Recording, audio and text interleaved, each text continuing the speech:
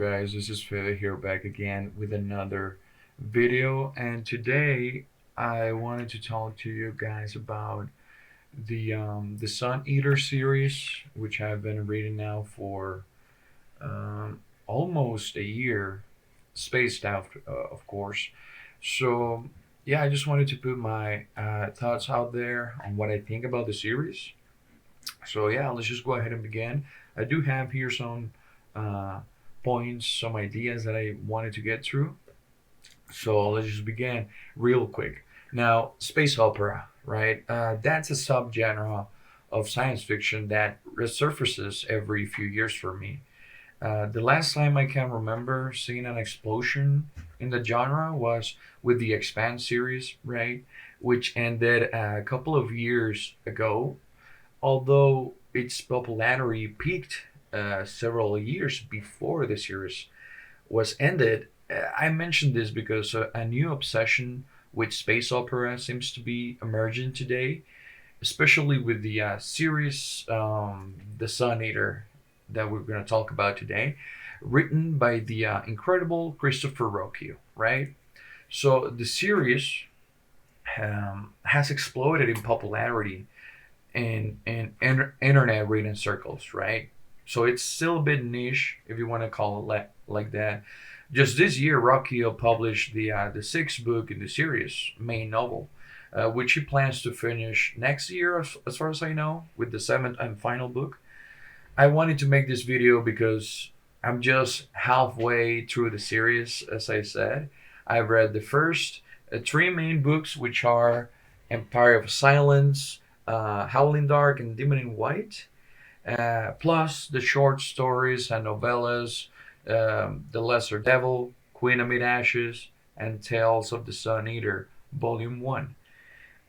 Now, Christopher Rocchio is what you could call a prodigy, really. The guy wrote Empire of Silence when he was only 18 years old, as far as I know. That is absurd. That is absolutely absurd. Um, Empire of Silence compares in quality really to Dune, thematically and structurally as well. The fun and entertaining thing about this space opera is that from the first page, we know the fate of the main character, Hadrian Marlowe, right? We are told that one of the many names he has is the Sun Eater, as he destroyed a sun with which he killed millions of human beings, but also completely eliminated the alien race, Cielcin, right? Uh, which is an immense threat to humanity in these stories. However, this event is the one that will close the series, as far as I know, and takes place hundreds of years in the future from when we start reading it, right? Now, the narrative style is interesting because it's a story within a story. Think about The Name of the Wind by Patrick Rothfuss, where the main character is telling his story to other people, and those people are us. The character tells his story to the reader. In the case of Rothfuss, the protagonist tells the story in a tavern. With Rocchio here, Adrian Marlowe is writing a diary, really, sort of a confession. And like good voyeurs, we are reading that diary. If we want to go further back, we can refer to Melville's Moby Dick and Ishmael or Stoker's Dracula as well. At the beginning of Empire of Silence, we meet a young Hadrian Marlowe here, son of a feudal lord in charge of a planet, which Marlowe sooner or later is going to inherit, right? That's the idea. The lords of this universe can live up to 600 years or more if we add to this the year they spend frozen when they need to travel through the galaxy, right? Space, time.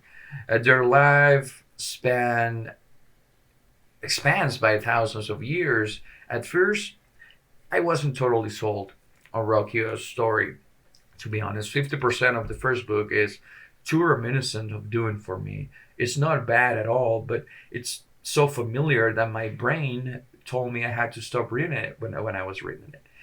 However, once the first half of the book is over, the story takes its own direction, and the writer really explodes in his imagination here.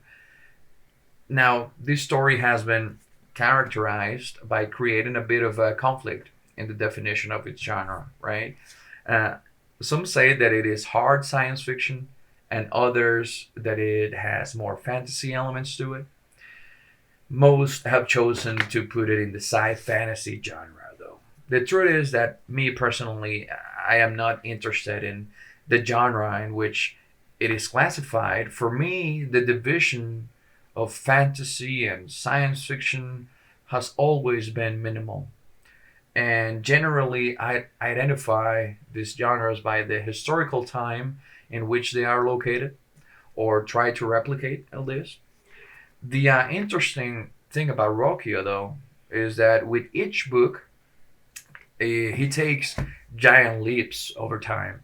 So several decades pass from Empire of Silence to Howling Dark, for example, and it's the same with Howling Dark, sorry, and Demon in White as well. From what I've read online, this trend is repeated in all of the main novels in the series. Now, let's talk about a little bit about the characters, because for me this is a strong point of the series. Now let's start with Hadrian Marlowe, the protagonist. Hadrian Marlowe has been a theatrical and dramatic man since his youth, the very beginning of the book.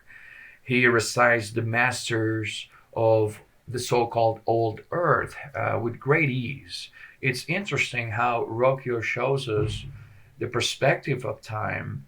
For Marlowe, Shakespeare, Churchill, Julius Caesar were practically contemporaries, right?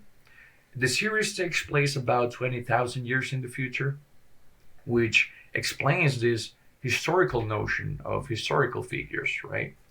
Marlowe is always accompanied by different friends that we meet in the first book and second book, who were with him in his lowest moments. Each of those characters, too many for me to remember really, are distinguishable by their idioms, values, and way of acting. However, one character that always jumps to mind is Valka, Marlowe's love interest in the book. She's an android woman, you could say, but although this word is never used in the books, her rigorous life protocols is the complete opposite to Marlowe's, right? And watching this dynamic play out over thousands of pages is honestly very entertaining. We stopped dealing with Marlowe's immediate family, father, son, brother, I mean, from the first part of the first book, right? At least as far as I've read so far. This seems strange to me since there has always been an opportunity to reunite Marlowe with his father, or to further develop the complicated relationship that Hadrian had with his brother Crispin. I guess Rocchio is saving these reunions for later in the series. I hope so. And I'm almost certain that he will. I mean, that's a good narrative to write. Now, with each novel, the Sun Eater expands to increasingly epic proportions, right? Which leads to the inevitable ending that we are told on the first page of the first book. How did Hadrian Marlowe become the Sun Eater, the half mortal? That's just great narrative. For me, it is incredible how Rocchio reinvents the cliches of the genre, right? With each novel. Sure, Hadrian Marlowe's story is exciting to read, and I can't wait to finish it. Another part of me wishes Rocchio will write the final book already in the series and forget about the Sun Eater for good. I like to read what his mind can do in other genres, but that remains to be seen. It's still a couple of years to wait for that. Now, for now, if you can read Empire of Silence, give it a chance. You're gonna love it.